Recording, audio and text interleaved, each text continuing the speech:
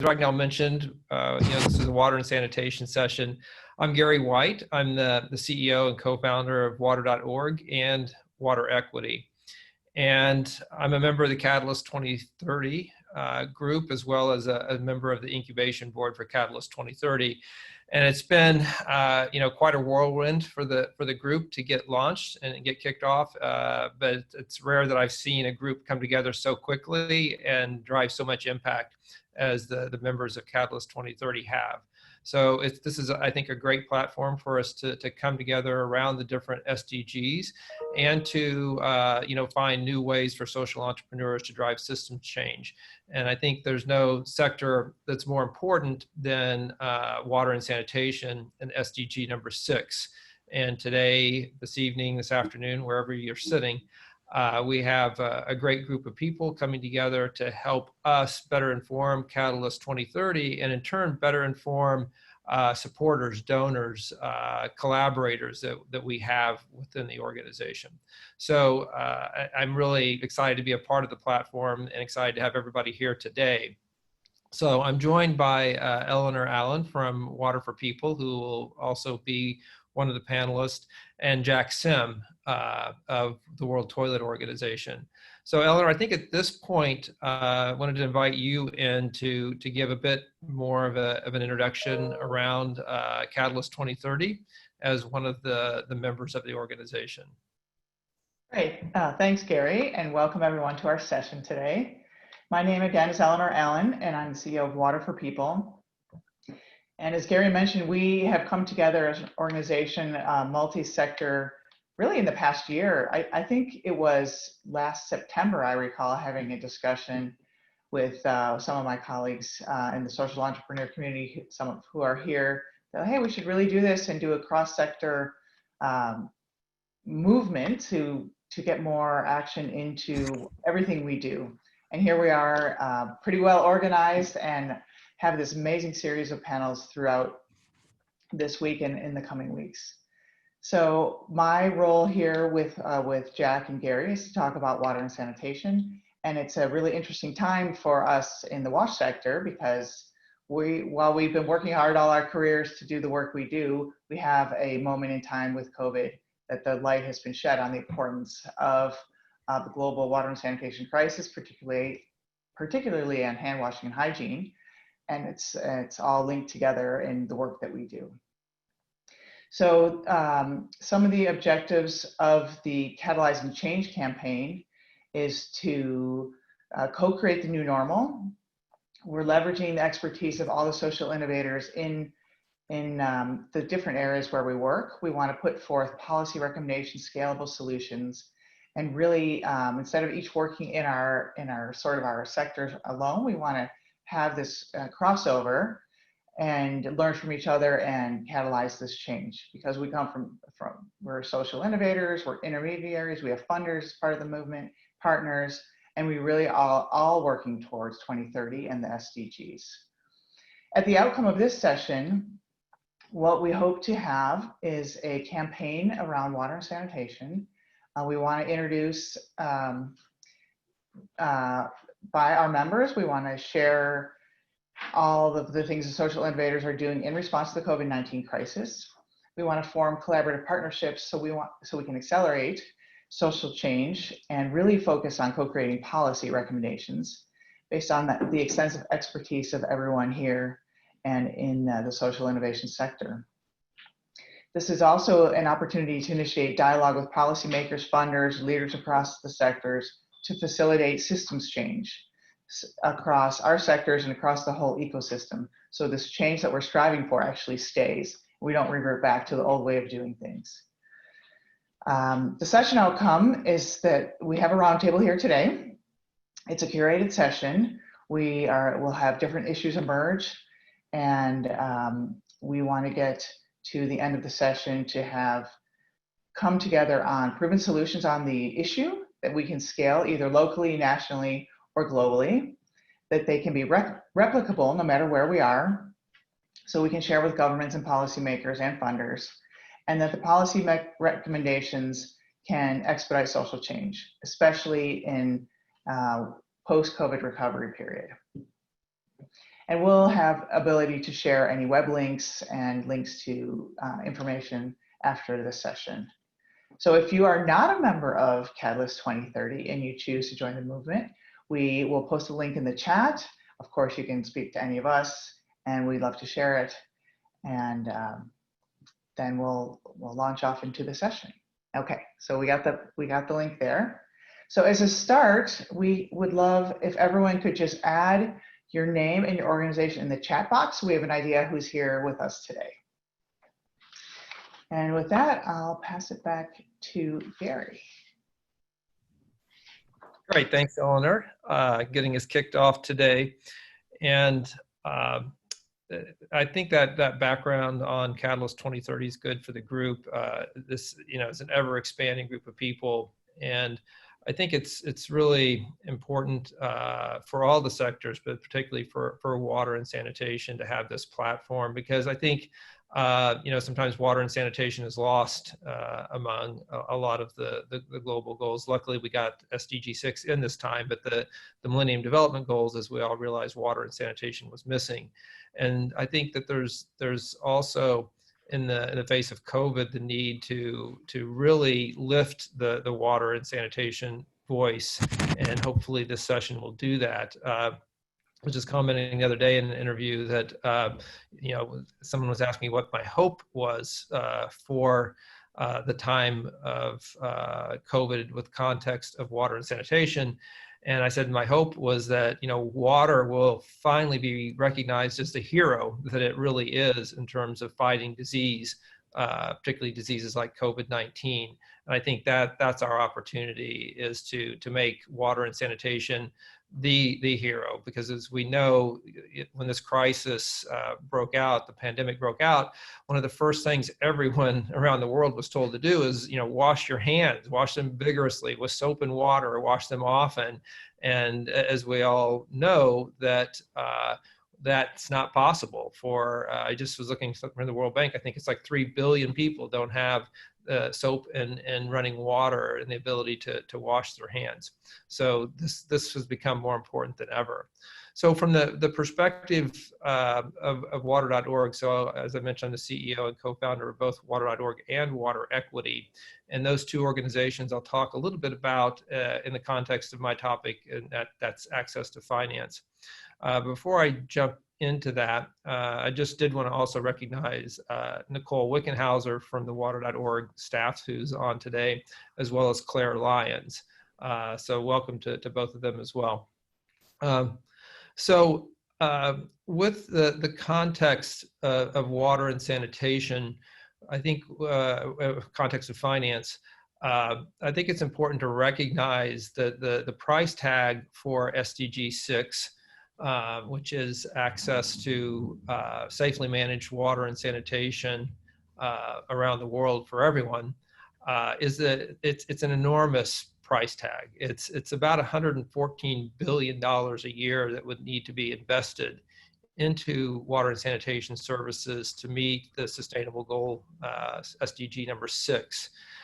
Right now, there's only about $28.5 billion being invested in water and sanitation. So that leaves about an $85 billion a year gap that needs to come in from somewhere.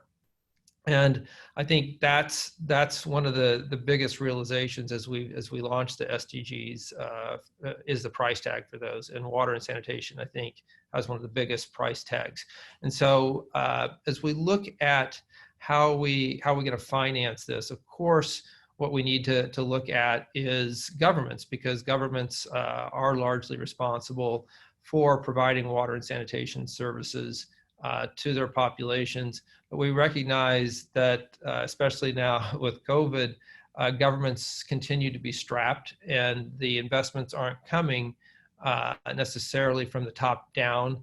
The amount that I mentioned, that 28.4 billion, a lot of that does come from multilaterals and investment banks and development agencies, but and a lot of it comes from governments itself. But there just are not enough funds in the system right now to make this happen. Now, my hope with COVID is that people, because of our actions, hopefully people will begin to recognize just how critical water and sanitation services are to forestall diseases like COVID. Hopefully that will lead to more government investments, both in the emerging markets as well as those bilateral agencies and investment banks, or the development banks will start to bring more of that capital. And so more of that capital is potentially going to come from the top down if we can continue to push forward with the water and sanitation message. But we also recognize, even with that there's going to have to be more capital from the bottom up to meet that top-down capital. And I want to pivot to that a little bit, because I think as we look at driving more philanthropic capital in, so social entrepreneurs like a lot of us can impact this problem of water and sanitation, we need to look at that philanthropic capital catalytically.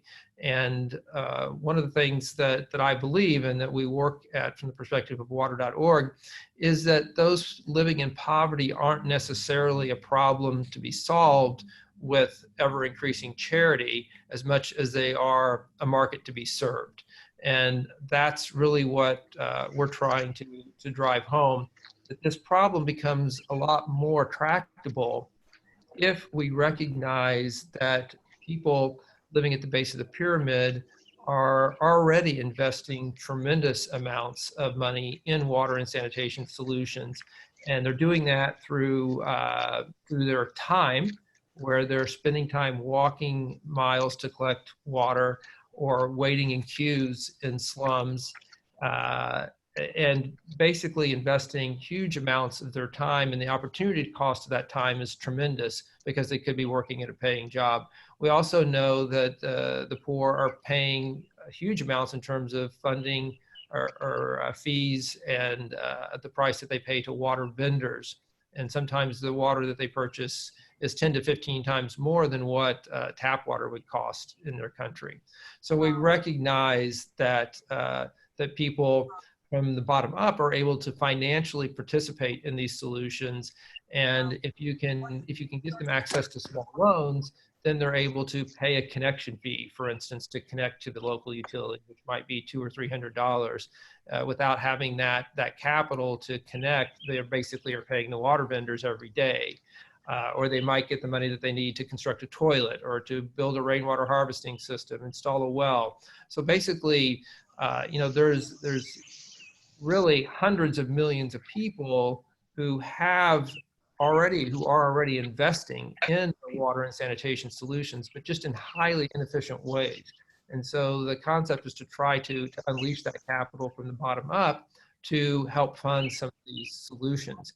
And so that's really what we're trying to do with water.org. And what we've done so far is to be able to reach about 30 million people with access to small loans to finance water and sanitation solutions that they think are best for them.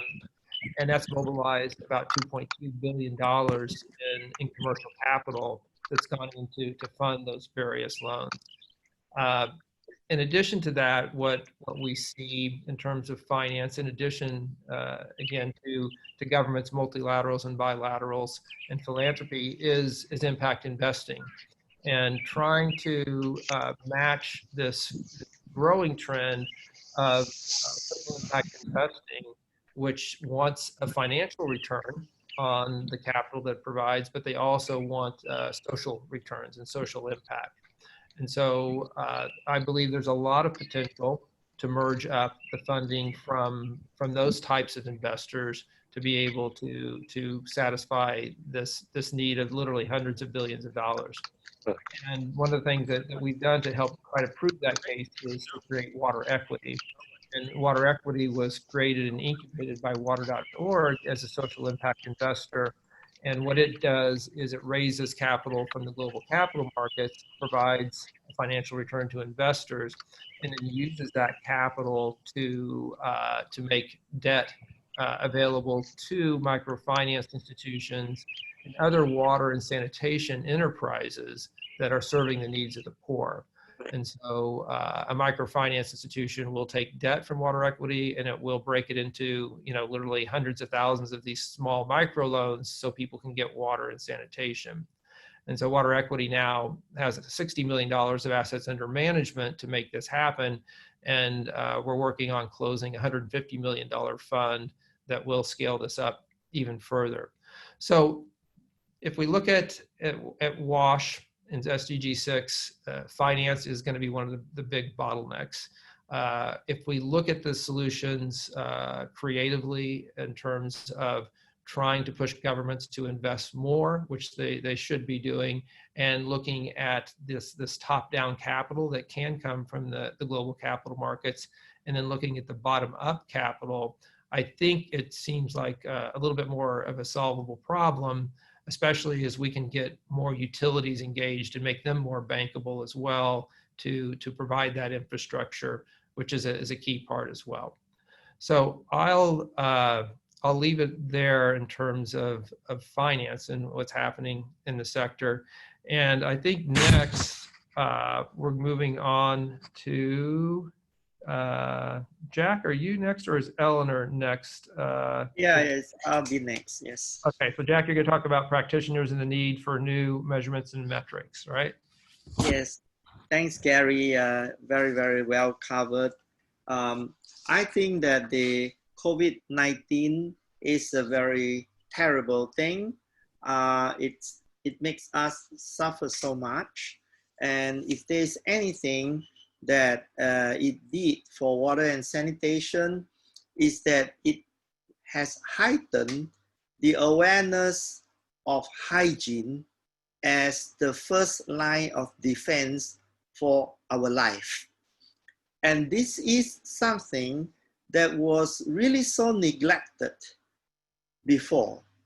And in the year 2001, if you think that water is already having a struggle to fight with all the other agendas like football and movie stars and all these political news, just imagine that next to water is another subject called shit. And this subject is even harder because it is a taboo. And so in 2001, on the 19th of November, we started the World Toilet Organization, makes it a very humorous acronym called the WTO, and broke the taboo by pretending to be the World Trade Organization. And eventually, the media wrote so much that the awareness for sanitation helped all the sanitation activists get a lot of attention. So each year on World Toilet Day, you'll see about 2 to 3 billion outreach of audiences during around that period, 19th of November. This day, 19 November, has become officially known as the UN World Toilet Day. And now all 193 countries of the UN General Assembly has adopted this every year to talk about this subject. And of course, we need to talk about it every day, but at least there's a mandate there. What we saw is that every year about 2 billion people die of diarrhea. And this is largely preventable because hand washing and nail clipping and hygiene and clean water, I think would be able, and safe sanitation, which means that the flies does not transfer from the poop to the food, and water in the rivers and drinking water in the well are not contaminated. So this can be prevented. And if you think that COVID kills maybe now almost 300,000 people, and there's a panic and the worldwide shutdown, but diarrhea kills 2 million people every single year, and nobody's talking about it. So there is a big low neglect there. Yeah. So what I think is that for policy going forward, we have to start to do preventive and predictive medicine. The preventing diseases, as proven by COVID, is so much cheaper than to cure diseases, because once you get sick, it becomes really expensive. So the predictive health, today you can even do diagnostic on your sewer, and you can tell whether this district is free from COVID because they are alive in the fecal matter inside your sewage pipe. So if we are able to predict and prevent, then I think we will save as much as 50% of all the hospital beds in developing countries are caused by poor hygiene, dirty water, and sanitation. So if we were to calculate that every dollar, the World Health Organization has economists, Guy Harton, calculating this, every dollar that is invested in sanitation gives $5 in return, because you lost working man days, you pay for doctors, and it is a no-brainer. So what we need to do is to use this externality to calculate new metrics to measure the impact of not having sanitation. And once we are able to price the externality, we would be able to measure what didn't happen as a benefit. Today, you wait until people become sick, then you measure. We shouldn't do that. We have to prevent is better than cure. Secondly, I would like to say we need training. So we created a very simple World Toilet College in India, 2 of them, and we are able to train casual workers and give them jobs to become professional cleaner and hygiene service provider in hospital, in hotel, in office facility. And in the past, when people think hygiene doesn't need professional, today you know it's so important, because an untrained person is going to be a problem. So World Toilet Colleges in 2 years train 5,000, train and place 5,000 casual worker into professional job with permanent healthcare benefits. The COVID has now have a call from World Health Organization a couple of weeks ago that we need now to design public toilets to be preventing disease transmission. So we have to design to break the pathways of transmission. You know, a toilet door is one of the dirtiest things. It's even dirtier than the toilet itself, because everybody is touching the toilet exit door and transmitting disease to another. So this kind of design standard has to change, has to be either on a maze or foot operated or sensor, whatever. And we have to design now a new world toilet standard. So one of the policy that we want to recommend is to World Toilet Organization and Water.org and everybody here to combine and create this world toilet standard. We are setting up a council so that in the future, we're not just preventing COVID. It can be any other disease. And if we can design the toilet to break the transmission pathways, then we can mitigate a big number of these risks.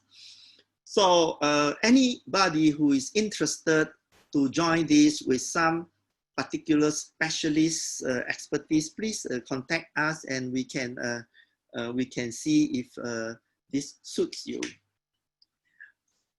During the SARS period, we have, in 2003, there was a similar high awareness of hygiene. Unfortunately, after SARS, which lasts about a year, 10 months to a year, everybody forgot about hygiene and they don't wash their hands again.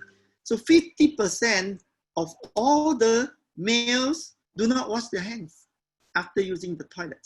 So these are the kind of problem. We do not have to differentiate between first world or developing world. It is the same problem because hygiene awareness, we would need that this continue after COVID-19, that this habit that we are all having, washing our hands, does not go away. So I think that the reinforcement of advocacy becomes very, very important. Thank you very much.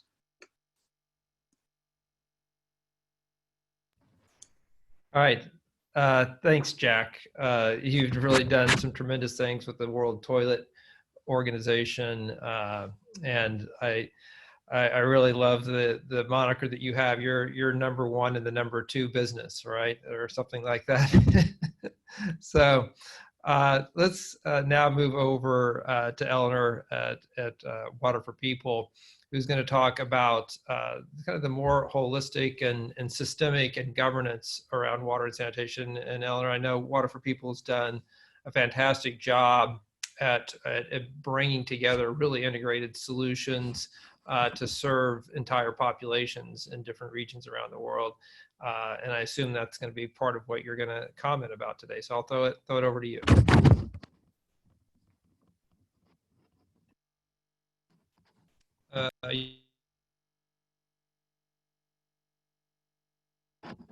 Eleanor, are you muted?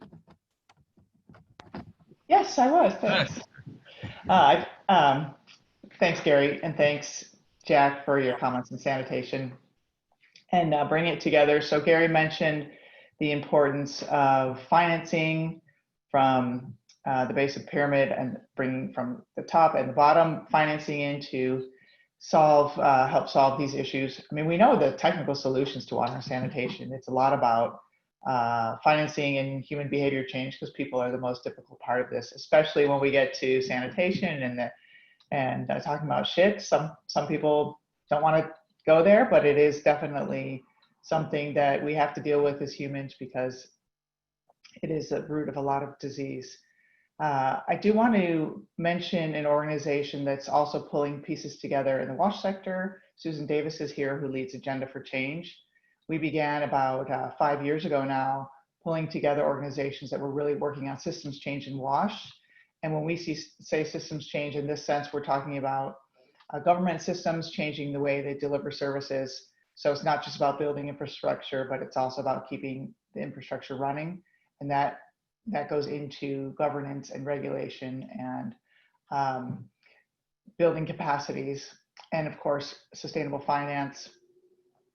And in the sense, a lot of this catalytic change through WASH, we've been thinking about. So this Catalyst 2030 is a great continuation and broadening of that work, because we know that if you don't have the policies in place and you don't have the right incentives, it's hard to change. And as Jack said, back in SARS, people went back to not washing their hands. So what can we do for the simplest things, right, to keep people washing their hands? So getting money into the sector, as Gary mentioned, we're at about 28 billion a year. We need about 114 to really do the work we want to do and have people well taken care of and not think about water and sanitation as we do in the countries that many of us live in. Some of the things that I wanted to touch on, especially pertinent to today in COVID times, is the focus on healthcare and hand washing. So interestingly, healthcare facilities, the front line, Jack mentioned, could be perhaps the people in there somehow got to the hospital healthcare facility because of water-related disease, and they're there sick in some way. So you get to the hospital, you're sick, and then, in the low and middle income countries where many of us work, about 40% don't have soap. So that's like a disease hotbed, right? So if there's no soap, and then there's, a large percentage, 1 in 6, don't have hand washing or sinks. It's not only at home where the 3 billion people can't wash their hands, it's healthcare facilities. So that really focusing a lot on bringing that to light in this moment of opportunity for us is important, because healthcare facilities are the front line of helping break down the transmission of disease. The CDC has an interesting program that we've been a part of in a lot of our work. It's a special part of the SDG 6 for healthcare facilities. So it's not just getting a water connection and toilets. It's about teaching the importance of hand washing, making sure there is soap, making sure that the contaminated materials are disposed of properly, the sharps are disposed of, and the facility is clean. That sounds basic, but it's actually quite complicated and difficult. And then we also, on the front lines, would be the schools, having the kids have not only hand washing and toilets, but also really understanding the importance of hygiene, because we know they're amazing ambassadors bringing this home into their communities. So that part of the work that we do, Water for People, and that many of us do in WASH, is really important in this time, especially. We've been talking a lot in our work at Water for People about COVID through the lens of readiness, response, and resiliency. This is actually our everyday work, but of course, getting this into the common mainstream vernacular, like water's PPE that Gary was saying. I mean, it is really about getting ready for the next pandemic. We know there'll be another one, and getting those like fire breaks for the disease put in place at home, at school, at healthcare facilities, at public markets. It's another obviously a big one in the light of COVID. And then having health departments and school districts and public health systems understand how to respond, and then the resiliency to take on the next crisis. Now, in some ways, we've seen a lot of good responses in our countries because of SARS, because of Ebola and other diseases that have happened. People have this systems in place to respond, and developing early warning systems and first responders for the first line of defense, either the water sellers or the healthcare workers in the villages, are really able to note and see things that others can't see, and be able to stop the epidemics from spreading. So thinking about this in context of WASH and systems-wide for WASH, we want to really go full cycle. So on the sanitation side, it's capturing and transporting and treating, properly treating and disposing of shit to make sure we break and contain that and break the cycle of contamination. And in the water side, we want to make sure that the water source is protected and captured. And as we distribute the water, it's actually safe. When we work with government and business, it's about bringing in the capabilities through the private sector and market forces so the water sellers and the sanitation entrepreneurs and others working in the sector have the ability and the skills to deliver services over the long term. And then we want to have the laws and policies to back up. So there has been a lot of movement lately on national policies for non-sewer sanitation, standard setting, regulation, protecting sanitation workers, for example. And I think this is really important at this time that we continue that momentum, and especially into policymakers influencing the importance of the public institutions to remain safe for the resiliency for the next pandemic or epidemic, whatever it may be. We know there'll be a next one. So I'll stop there and pass it back to you, Gary, until we get into our discussion as the larger group. Great, thanks, Eleanor. And I think it's pretty clear that problem is massive as water and sanitation has a lot of complexity, and certainly it requires response on the part of government. I talk a lot about particularly water and sanitation in urban and peri-urban areas being a natural monopoly. And it makes sense that you only have one water utility serving populations, but when that utility doesn't function well and governments aren't functioning well, then you have a real breakdown. And having government at the table, having sanitation, as Jack has pointed out, putting things into perspective for us about the disease burden of improper sanitation as critical to solving this. It can kind of make your head spin, but I think there are proven solutions. I mean, we've known how to solve this problem for more than 100 years, in the U.S. and Europe, and there's no reason why it can't be solved with the commitment of governments and the innovations that social entrepreneurs bring to drive the systems change. So I was just scrolling through all the participants here in this session, and it's great to see a lot of names that I recognize, and I know people across this convening on Zoom have a lot of good ideas, and I think they're going to be able to surface those now. And if you're not speaking at any given point, just please continue to mute. But when you do have questions or want to offer comments, you can raise your hand. I think there's you can do that with the bottom of the Zoom feature, I believe, if everybody can find that. I think that was in here, at least my notes tell me it is. But you can also submit questions through the chat box. So with that, let's get started by opening it up to all the participants with questions or comments.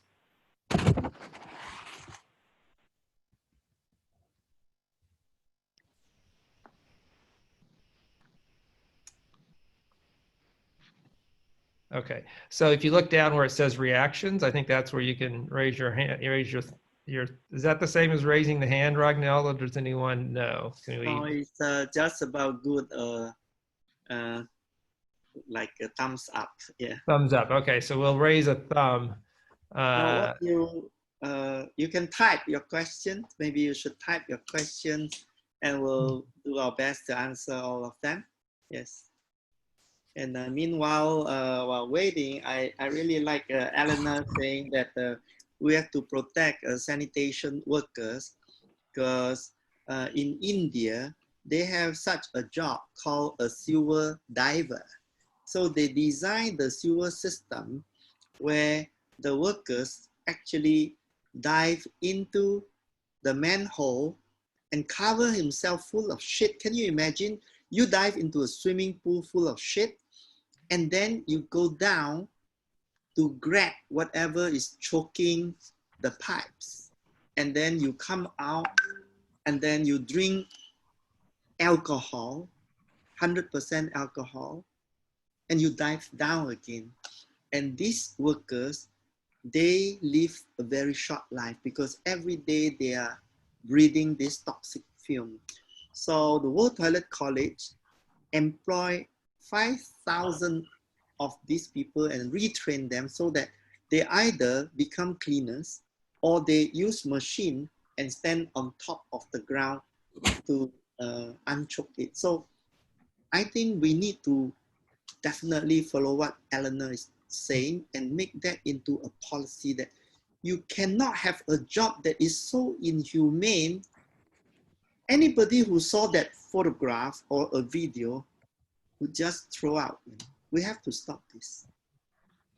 Thanks, Jack. No, it's abhorrent for sure. I've seen some of those photos, and we do have a question now for Eleanor. Do you see that in the chat box, Eleanor? I do. All right. If you could repeat the question back, just so people who may not have the chat open can see that. Selena's asking about how we engage with government, is particularly in Nicaragua, where she works, and what has been successful. And lucky for Selena, I saw Mauricio, my colleague, who's our country director in Nicaragua, on the line. So I'll do a little preface, and then Mauricio, you can answer the question more directly. But when we engage in all our countries, we engage typically at the district level or municipal level, and then also at the national level. In Nicaragua, we have several municipalities where we're working, and we also work a lot with the private sector, especially in sanitation. And so, Mauricio, I'll let you talk about how we work, particularly in Nicaragua, because that is your country.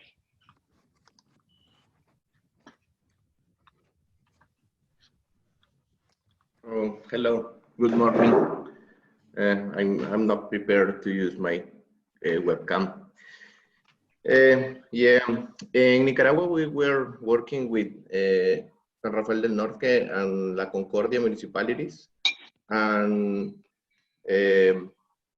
since 2011, we have working with these municipality staff, and we show them how to try to reach everyone forever in those municipalities. So I think with proof, we have working with them, and they know now how to try to reach full coverage and also think about sustainability.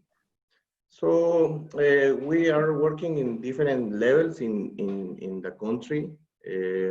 We are now working with them in order to maintain water committees, providing water services in this time, in this hard time to work with COVID-19. And also we are the coordinator in the National Water Network, RASNIC, and we are pushing them in order to work with different national organizations in a national campaign with hygiene messages about wash our hands, and also how the water committees can stay working and providing water services. So I think in the municipal level and also in the national level, they have shown, I'm sorry, my English is not as good, but they have seen how we work, and they have seen how the municipalities in San Rafael del Norte and La Concordia are working. So they want to do it in the national level, I think is the main thing. Great. Thanks. It's really good to zoom in on specific examples. I think, some of these sessions can get very high level. So thanks for raising the question about Nicaragua in particular and what's happening there. So we have another question here from Susan Davis. What do you aspire for this group to achieve together to change systems? Or put another way, when we meet again next year at this time, what's different? So Jack, you want to take a cut at that one first? Yes, I could do that. So thanks very much, Susan. I think that in 1 year's time, I would like that 3 things happen. First, that we have, together with the World Health Organization, World Toilet Organization, Water.org, Water for People, and the fraternity here, that we have a new World Toilet Standard that covers cities, peri-urban, and rural areas. In cities, also slums, and then the OECD countries standard as well. Because COVID and viruses doesn't differentiate whether you are rich or poor. They kill you in any case. So we have to set up this new standard, and we invite those people who can devote the time and expertise to join this. And in 1 year time, this will be done. The second thing is to price the externality of water and sanitation, the lack of water and sanitation. Because if we keep thinking the cost, then you think water and sanitation costs money, but you have to think no water and sanitation costs more money. So not having it is 5 times more expensive than having it, right? So it's just like education is expensive, but not having education is even more expensive. So we need, in 1 year's time, to have a completely new outlook about pricing the negative and positive externality of water and sanitation. All this documentation has been found and has been done by great economists like Guy Hutton and others, but they have not been used in a way that politicians can change that, convert that into election votes and into stories that people can understand. So I think we need to price the externality of not having water and sanitation in the same way as you price carbon credit. Like pollution costs money, right? Not having pollution, they have a price on it. We should do the same on that. And the other third thing is that I hope that the good hygiene culture can continue after COVID, and we need to do very, very good and strong education to continue this habit, because they already have the habit, but they will lose it. So we have to continue to reinforce this, that they will always wash their hands with soap and not transmit disease to themselves and other people. And then the treatment have to be considered, because a lot of time there is toilet, but 4.5 billion people's sewage is not treated. So last year, when we were in Brazil, Sao Paulo governor and mayor, they hosted the World Toilet Summit. And 50% of all the Brazilian water utilities company do not have money to treat their sewage. So the question that Shasha has posted, which is the next question, is basically that we need PPP, public-private partnership. And we went to help them to do Senate hearing, and eventually they passed the law that all the water company can allow private partnership to make them invest in sewage treatment. So 50% of the sewage are not treated. Now there is a law to do that, and then the market mechanism have to come in. How do you price it? How do you tax it? I mean, Jack, I mean, that's so important to understand, is that this is a smart investment, right? That's what you're getting at. It costs so much more to not have these services and to have these services. And I do think this is one of the things that we're looking at with Catalyst 2030, is not just like driving more funding, but how do we create policy change? And the example that you give of like those public-private partnerships, that's key. I think what we found is that some countries won't allow outside debt and equity investors to come in to support these types of infrastructure moves. I think it's also important to recognize that these utilities do have a lot lacking sometimes, and we need to build capacity. You can create the policy framework to allow PPP and investment to come in, but if you don't have bankable utilities, then that private investment, that external investment's not going to come in. And I think that speaks to Sasha's question about the people who are affected by this crisis and potentially getting cut off from the services.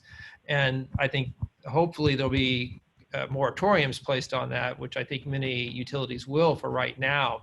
But I'm also concerned about the fact that so many people were cut off before because they never had access to these services. And for over 750 million people, they don't have access. And I think it's key to recognize that hopefully with this external investment, again from the top down, and people taking the ability to spread out their connection fees to a utility over time. We're working with some utilities on that, for instance, so that people don't have to pay $300 up front to get connected. They can pay it in small and affordable installments. So looking at ways to keep people connected during this time of COVID when they aren't able to pay their bills, but then also how do we get them connected afterwards to continue scaling this up. So we have another question. Gary, can I just add one more thought for this? Yeah, sure. On the same topic, and back to Susan's question, what are we trying to do here, and why are we here on this session today? One of the big motivators for for Gary, and hopefully I'm speaking for you, Gary, and for Jack, is coming together. And Catalyst 2030, as we come out of our sector silos and come together, we all have this philosophy that we need to change the systems in which we work, which we've been talking about.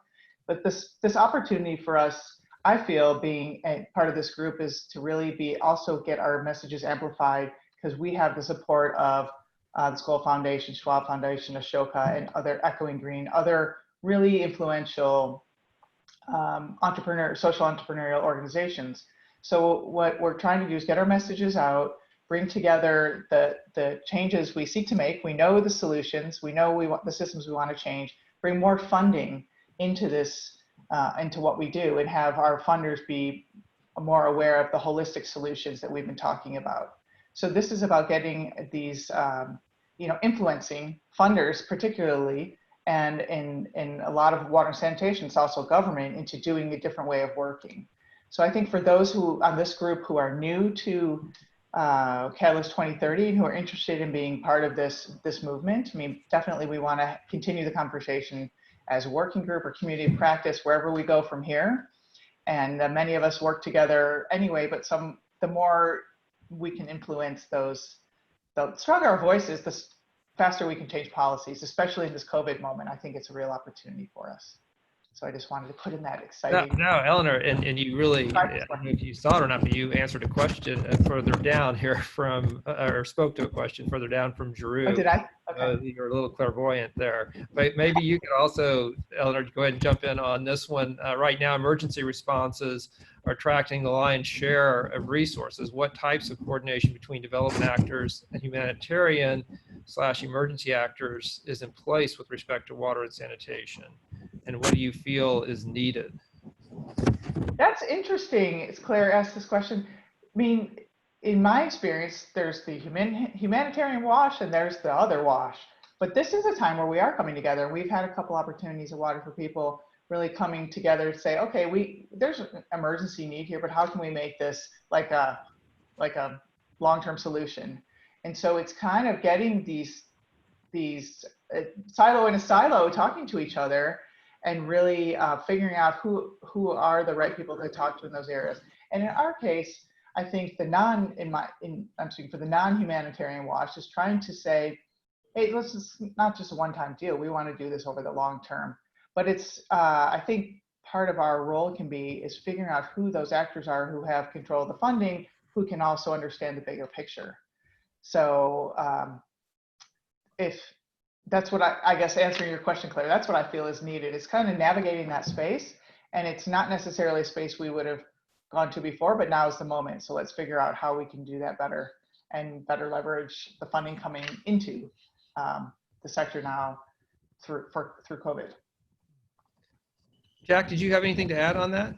Yeah, I also want to answer Giroux's question, because the purpose of Catalyst 2030 is to create ecosystem approach rather than silos. You see, each of us, social entrepreneurs, activists, NGOs, donors, we're going on patchwork, and this development industry is so fragmented that Catalyst 2030, the purpose is to create a backbone that everybody can just latch on and use each other's ideas, asset, area of influence, local trust communities as distribution. And I think that this is something, I'll just draw an example. For example, if you want to sell a toilet to somebody, he might not have money to buy a toilet. And so, or for that matter, get water, to pay for water. So the livelihood of the person would be very important, that she actually can earn some other money. So the social entrepreneur that is having handicraft business model can become an enterprise model for the family to earn some money doing something. So I think that SDG 6 is related to SDG 8, because if you are earning money, you can buy things. So we have to think in a holistic way how water, sanitation, and healthcare, which is another SDG, has to price together. Because if we price together, we will have a lot of solutions. For example, I live in Singapore. The government of Singapore was very poor. In 1965, when it was independent, the GDP was $500, same as Kenya. And the immediate first thing to do was to have clean water and sanitation. Why? Because you can't spend money on hospital and doctor. You have no money. So you have to spend money so that you don't need to build hospital and doctors. So this is the kind of calculation that one health ministry and water and sanitation ministry has to price their expenditure together. I think this is a policy that we need to do, because if you think about water ministry all over the world, they're working in silos, and some of them are actually opposition parties. So now they're not cooperating together. I think we have to work such that we as Catalyst 20 are working together across sector, but also government ministry are working across sector. I think that's going to continue to be a common theme across Catalyst 2030, is that this collaboration, recognizing the complexity of these global challenges, requires government, but it also requires social entrepreneurs to come in and kind of shake things up and stir the pot, and, well, stir the pot literally for you guys, Jack, I guess, to make things happen in bolder ways, because that's really where innovation is coming from. We recognize that as social entrepreneurs and systems change agents, and to be that voice at the table, and always to, in our context particularly, in water and sanitation, to be the voice of the poor at the table when these decisions get made about how funding is allocated for infrastructure and construction. I mean, what we're seeing right now, literally trillions of dollars being manufactured out of nowhere to solve this crisis. I mean, that money could have been manufactured to solve water and sanitation a long time ago. It's like, where's the will to be able to implement solutions that we know work, that have worked, like I say, in the US and Europe for 100 years. I want to get on to a couple other questions. Dan Benna submitted one, which I thought was really spot on, and it kind of speaks to what we've done with regard to the Millennium Development Goals to the Sustainable Development Goals. And he's asking about what he calls the dirty little secret in the sector, which basically, what the definition of safe means, safe water beyond the traditional microbial indicators and how to prove it. So there's standards out there that governments and utilities are supposed to be meeting, but oftentimes they're voluntary or they're not enforced. And so what we've seen in the sector is, with the Millennium Development Goals, talking about trying to get access to everyone for improved water and sanitation, which can mean just water from a covered well within a certain distance of your home, to safely managed. And safely managed basically means a piped water connection to your house, providing water 24/7, and a toilet at home that has safely managed emptying of the latrines, or pipe sewerage and treatment and discharge. Obviously, that's a huge leap to get to, and that's where this investment of $1 trillion probably, or if it's not more, in order to get there. And that should be what we aspire to, because that's when these solutions really will begin to arrest disease, like we've seen in some of the industrialized countries. But of course, we're trying to get there. People talk about the water and sanitation ladder, and Dan, I know you're familiar with that as well. Like, how do we help people continue to climb up ever increasing levels of service? So I don't know if Eleanor, Jack, do you have more to add to that, or if we want to move on to some of the other questions? Do you guys have any other quick comments about that, the treatment standards? I think just a comment in our experience, I mean, standards are one thing if they're on paper, but they're another if they're enforced. And sometimes that enforcement is just not possible because of funding issues or a variety of reasons. But in my experience, in our experience of Water for People, when we can help the starting kind of the lowest possible, so the municipal water and sanitation office understand the value of having those standards enforced, because the value of safe water and health and the productivity, it's sort of a value proposition. Say, hey, it's worth it. And that's really that education piece, and that ability to transfer that knowledge and have people really believe in, like Jack was saying, like Singapore said, we got to do the basics first and then we can have sustainable development. But that has to be at the grassroots level, because there's not that money to send out enforcement. So it's the carrot and the stick.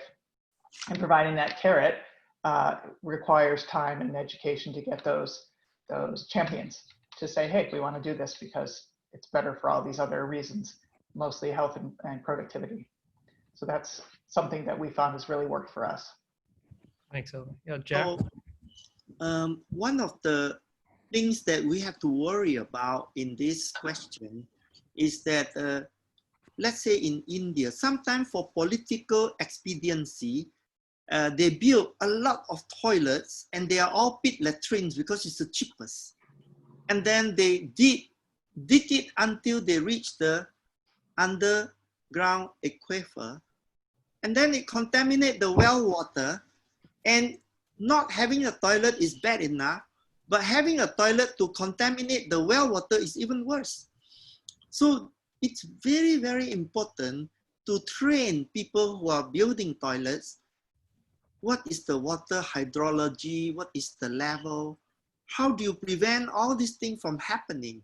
Because you cannot just say, I want to build 100 million toilet, go. You can't do that. You have to understand, and then people have to be trained. So I think that standards very, very crucial, and the policing of standard, I think, is very, very crucial. And this can only happen if the public is totally aware that this is so dangerous. Yeah. If you have a low water table, no problem. But if you have a high water table, you are actually committing murder. This reading through the chat box, there's also this theme of equity that's coming in, and I want to make sure that we don't miss that. You know, the human right to water, people not being cut off, and it's interesting because there is a tension here, right? If we are aspiring to safely manage, which means piped water and sanitation, full treatment of removal and treatment of sewage, it is expensive. It's very expensive. And at the same time, while we're trying to manage this issue of equity, trying to maintain lower cost in terms of tariffs to be able to serve the poorest. And I think that this is something to be reckoned with in the face of not having a lot of capital being invested. So maybe, you know, I would invite both Jack and Eleanor to talk a little bit about the concept of, you know, should water access be free to everyone? And if so, where do we draw the line with the human right to water? And is it the right to water or the right to affordable water services? And because I think that's really important, because I think we do see lots of dire predictions about the increase in number of people living in poverty, and how are we going to reconcile that with the need to pay for these massive investments in the infrastructure? Eleanor first. Yeah, so this is a very philosophical question, but one that's, you know, front and center in our sector. We've done it all at Water for People. We made tons of mistakes, and, you know, we did a lot of giveaways in the early days, and that definitely was full of failures. So our belief is that the value of water is really important. It has to be affordable and accessible, and when people pay for something, they value it. So even if it's a minimal payment, in communities, even in low-income countries, the poorest of the poor, there's still a stratification of how much people can pay in that community. And so what we've seen work quite well is there is a cost of service, and somebody has to provide that. And if government's not going to provide that, have the cost of service be as minimal as possible, and have that people who are the poorest of the poor can pay less or be subsidized by their other community members, because we will model the whole cost of that whole service area. And sometimes there's a varying tariff, but it definitely works better than, hey, water's free, and then the system breaks and then no one has safe water. So it is, when communities embrace that philosophy of that shared responsibility, we've seen it be very successful. So I'm a believer in do pay and pay something, but it has to be, the affordability is important, and covering those basic costs for sustainability reasons. Absolutely. I think free is always subject to abuse, and you can just leave the tap on and run it. After all, it's free, right? So affordability is very critical, because first we have to understand what is water and sanitation. Is water and sanitation a private good or a public good? And in reality, it is both. So if you don't have clean water and proper sanitation, you're gonna get sick, and it is going to be a social cost. And the morbidity and mortality, you have to price that. So that is a public good. But what you are using yourself is a private good. So what you cause, the problem that you cause other people, is a public good. So I think that when you are pricing, you have to first price at the affordability level. It could be quite cheap, it could be loss making, but you need to pay, because proportionate to the ability to pay, it is a percentage of their income. If I'm very poor, then I pay a little bit, and then if you pipe it to the city, you pay more. It depends. You have to price it intelligently. Then whatever is shortfall is cross-subsidized. Why? Because if you don't have this, then the other side is going to pay a high price. For example, in Singapore, when we price the water, it's still very cheap. But what happened is that healthy people pay taxes, you see? So healthy people can work and be productive, and you can tax them. Sick people, you can't tax them, you have to pay them. So I think intelligent pricing, negative, positive externality, and separating private and public goods pricing is very dangerous to expect the social entrepreneur to make a profit when he has to do both public good and private good. The public good is actually the government's job. So how can the social entrepreneur replace the government? The answer is he can, if you also price the externality in. And if a government price everything, not just water and sanitation, but nutrition, health, housing, savings, livelihood, investment, upgrading their skill, value addedness of their crop, you get a prosperous country. In 1965, we have $500 per capita. Today, it is the 5th richest country per capita in the world, because we solved the water and sanitation problem in Singapore. So I think we can take the public policy and let them all copy this. It is a no-brainer, because it's the cheapest way you can do healthcare. So looking at, Dan was commenting, Dan Bennett, on the value of water and how people value it. And I think that one of the phenomena in this sector is what's called this death spiral, the downward spiral of utilities. And what we see is that if utilities are not providing a good level of service, then people are not willing to pay the tariffs in order to have that.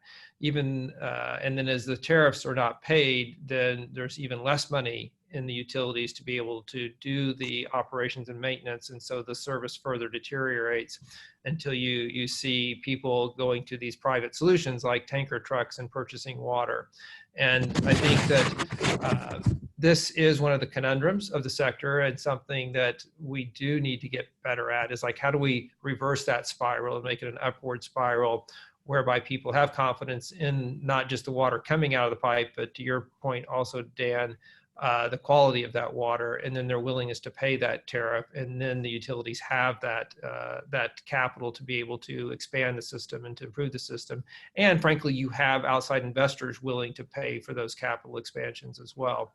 It literally is one of the biggest conundrums, I think, in the water and sanitation sector, because we can see what we can aspire to in so many other countries where water is safe and utility rates are affordable for the population.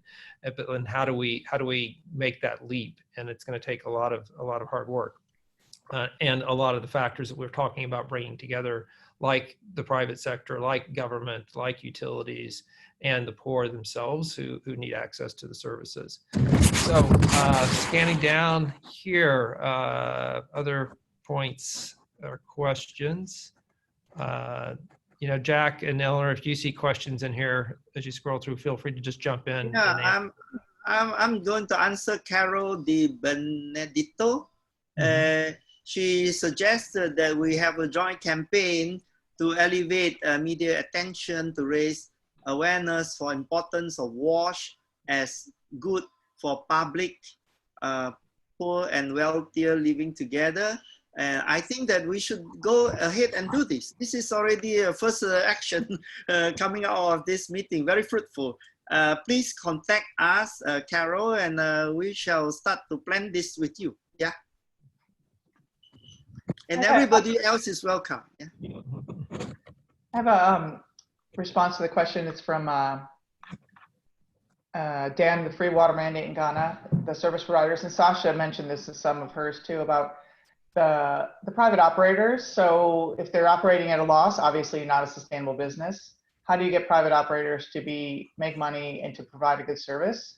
We've had a lot of success and failures here too, mostly in Uganda and Rwanda, where we have private operators. And what seems to be the best incentives, long-term contracts. And again, this takes work with the regulator and the government to provide that long-term contract, because if any of us have a long-term contract in anything, like a house, we're gonna wanna invest to make the best of it for 20 years, 30 years. So the short-term contracts, 2 or 3 years, don't give incentive to keep the level of service up. And so to build in the ability to make money, to provide a good service, and to invest in the system, which requires continuous investment. I mean, Jack's talked about Singapore, the US, it's a subsidized system too, and it's really expensive to operate and maintain these systems, to have the minimum payment, but also have that long-term service. So getting into that long-term thinking, life cycle costing is a process, but I think it really is helpful. And the more data we have, the more ability we have to convince, to work with government to convince, like, we should change this to longer terms, and we should have different incentives for the operator. So it is an iterative approach, but I have seen it starting to get better service, and better service on the customer side, but also better service from the service provider side. So that's one idea. And I think that just comes with iterative experiences and maturity. And so it can't just happen. It just happens over time a bit.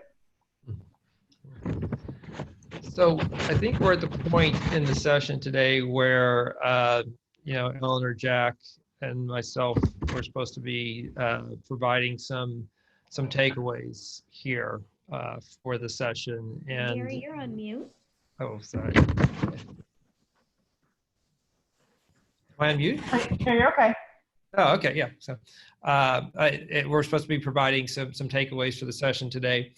And obviously there's a lot here to digest. And, Jack and Eleanor, you guys have been doing this for a long time. I've been doing this for a long time.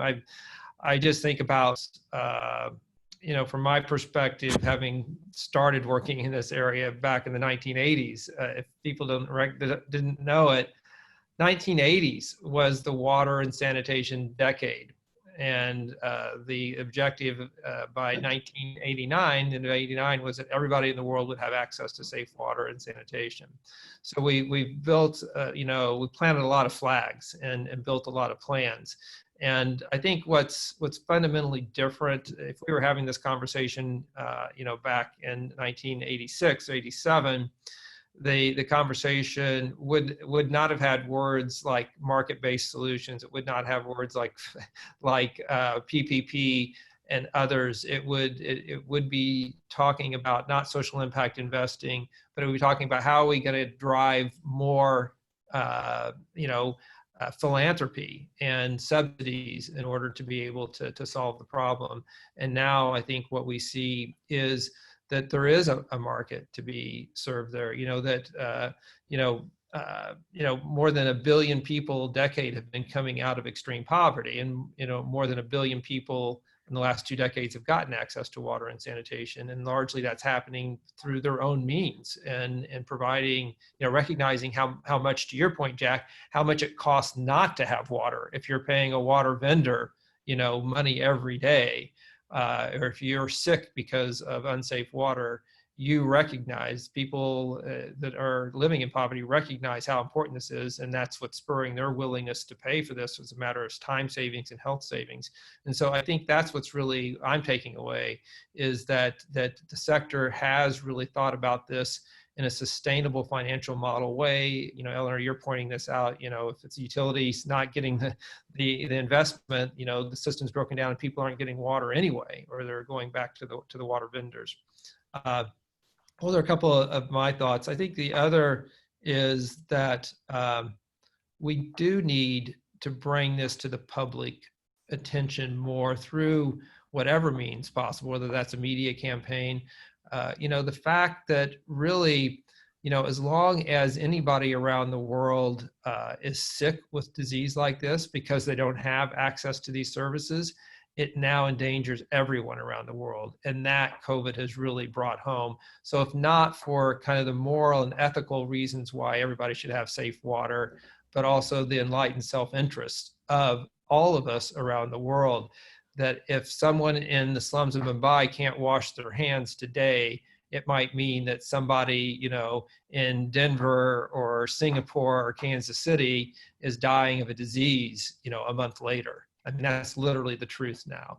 And so we need to bring that to the fore in this to help people understand that this happened all the time in the US 100 years ago with cholera and dysentery and everything else. And there is a solution to that, and that's water and sanitation. And if we can do that for the world, then we're going to be in a much better position. So the other thing is that the concentration of wealth. We have another Catalyst 2030 session coming up later today and next week about funding systems change and the funding that needs to come in. We've never seen a greater concentration of wealth on this planet than we have right now. And we've never seen a greater commitment to give that wealth away than we have right now through mechanisms like the Giving Pledge and Co-Impact and Audacious. And if we can get the story right and get the message right to the right audiences, there will be enough philanthropy to come into this sector that will allow us to spur those types of investments and those types of smart financial planning that's needed to leverage the additional capital that needs to come in. Philanthropy won't do it all, but it can be, the key that unlocks the capital markets to be able to provide these types of services. So those are some of my summations. And Eleanor, why don't you go next and kind of provide some of your closing thoughts? Yeah, thanks, Gary. I first want to give a thank you to my colleague, Kim Lemmy. She's on the call here. She's helped prepare for this today. And her role is influence and learning at Water for People. And that's been a fastly growing role for us in our work, because a lot of what we talked about today is influencing others in decision-making areas with money, whether Giving Pledge or government, to really get it and say, hey, we have to invest here. So I like Carol's suggestion that she just put in the chat box. Why can't we come out where we're riding this wave, this moment in time where people are paying attention to what we do, and say, hey, there's a price for disease risk or health risk. She compared it to climate risk, or what is the way we want to get that media attention? I think it's a really opportunistic moment for us in figuring out how to do this, because as we've said, we know how to do it technically. it's this, we need buy-in from the key decision makers around the world to like solve this crisis so we can get on with development, right? This is our foundation. So I really like the ideas we've had today and how we can continue to work on figuring out those avenues and touching the humanitarian response, bringing in the private sector, because we know that is much more of a solution than it was perhaps when, you know, I think about the US because I live here and I know how this country was developed. There's much more of a role for the private sector in low and middle income countries, in my opinion. So let's get that engagement going. So we want to work on this, continue to work on this past today, and those are some of the ideas I think that have a lot of legs, and I'm pretty excited about. Thanks, Eleanor. Jack. Yeah, thanks. Bin toilet, I'm always at the bottom, the last one. So I just want to address this philosophical thing that poor people has no money to buy things. Yeah, and why is poor people from some countries becoming rich people? What was the pathways? So if you think about Catalyst 2030, it's about thinking whole of government, whole of development sector. And when Sasha's last question was, but they have no money to pay for water and sanitation. I would say this is the opportunity to get out of water and sanitation first, to think about livelihood, and to think about how to get them to earn money and how to unlock the spirit of enterprise and the good work ethics of people. If they have access to all the social entrepreneur business model, be it energy, water, sanitation, education, housing, agri-tech, fintech, all these models, when you mash it up together, I will tell you, there is a lot of profit in the synapses when they come together. You unlock a lot of money. Today, we're wasting money. Every year, we have $150 billion of foreign aid, and we continue to have 4 billion poor people. Just look at China. In the last 30 years, they got 700 million people out of poverty through the marketplace. And if we do not use the marketplace and continue to use donation, we will never get people out of poverty. In Singapore, 1965, foreign aid was asking Singapore government, please take our money, you are so poor. And we are so poor, and we say, no foreign aid, please. We do not accept a single dollar of donation when we are having only $500 per capita. Why? Because foreign aid will make dependency. Foreign aid will make people lazy. What we want is foreign investment. Every poverty community should find where is their strength and attract investment. China did that. Rwanda, what do they call themselves? The Singapore of Africa. And Rwanda is now one of the fastest growing African states. The whole idea is people want pride to unlock their own capability to earn money for their own family, to be respected by their community and pay taxes, not to rely on donation all the time by pretending to be helpless, hopeless, and worthless. No, we are not. We are human beings and we are capable. So what we want to do, we have to create the mash up whole of government, whole of sector, and there is no need. After the first round of funding, investment, loans or whatever, we should be able to pay it back. Efficiency in the sector will be the key. Today, the development sector is probably the most inefficient sector in the entire world. Maybe as inefficient as the former Soviet Union state-owned enterprises. So we have to stop that. Thank you very much. Thank you, Jack. And that just reinforces a point. I don't want to bring too much in here at the end since we're wrapping up, but just looking at the Global Agenda Council on Water and Sanitation that we did with the World Economic Forum a few years back, it basically showed that there's already more money in the system being paid in terms of water vendors, lack of health, time spent walking. And if you sum all of those costs up, it actually equals the price tag that I was talking about earlier of about $114 billion a year. So to your point, the money is in the system right now. It's a matter of how inefficiently it's allocated and how much it skews away from the poor. And if you can just use all of these different mechanisms that we've talked about today to redirect that capital, then it's interesting that this problem actually contains its own solution. And I think that's what's different about this SDG relative to a lot, is that the money is there. Let's use our philanthropy, our social entrepreneurial skills to in smart ways nudge these systems so that that capital can find its way to more efficient solutions that really benefit the poor and in the end benefit all of us globally. And we understand that now more than ever when disease just hops on a plane and lands in your city from somewhere around the world. We are all in this together.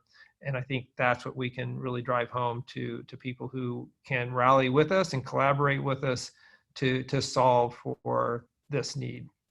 So going to close now. We have 1 minute left. I'm going to hit a few quick bullets. Take a photograph. We'll be Take done. a photograph of everyone. Everyone, please turn on your video and let's take a photograph. Okay, whoever can do that, keep doing that while I'm wrapping up, because I want to run this as a tight ship today. So we are compiling all the notes and the approaches and the recommendations that we've had. Those will go out. If you want to add any policy recommendations at a later stage, please share them by close of business on June 5th with Kim Lemmy from Water for People. And that's klemmy@waterforpeople.org, KLEMME. And today's discussion will be compiled into a 1 to 2 pager for review. And we invite you and other stakeholders to review and finalize that on a Zoom call. And if you'd like to volunteer for drafting that report, you're more than welcome to do that. You can reach out through the chat box right now, actually, and just type "count me in," and you will be looped in for that. So thanks everybody for participating today. I've been a part of a lot of water and sanitation conversations over the decades, and I really believe that we can get some traction now with all the different factors that we talked about, and try to really solve this for everyone around the world who needs access to water and sanitation, and getting there through these smart solutions that everybody's brought forward today. Thank you. Thanks, everyone. Thank you. Bye-bye. Thanks all. Take care.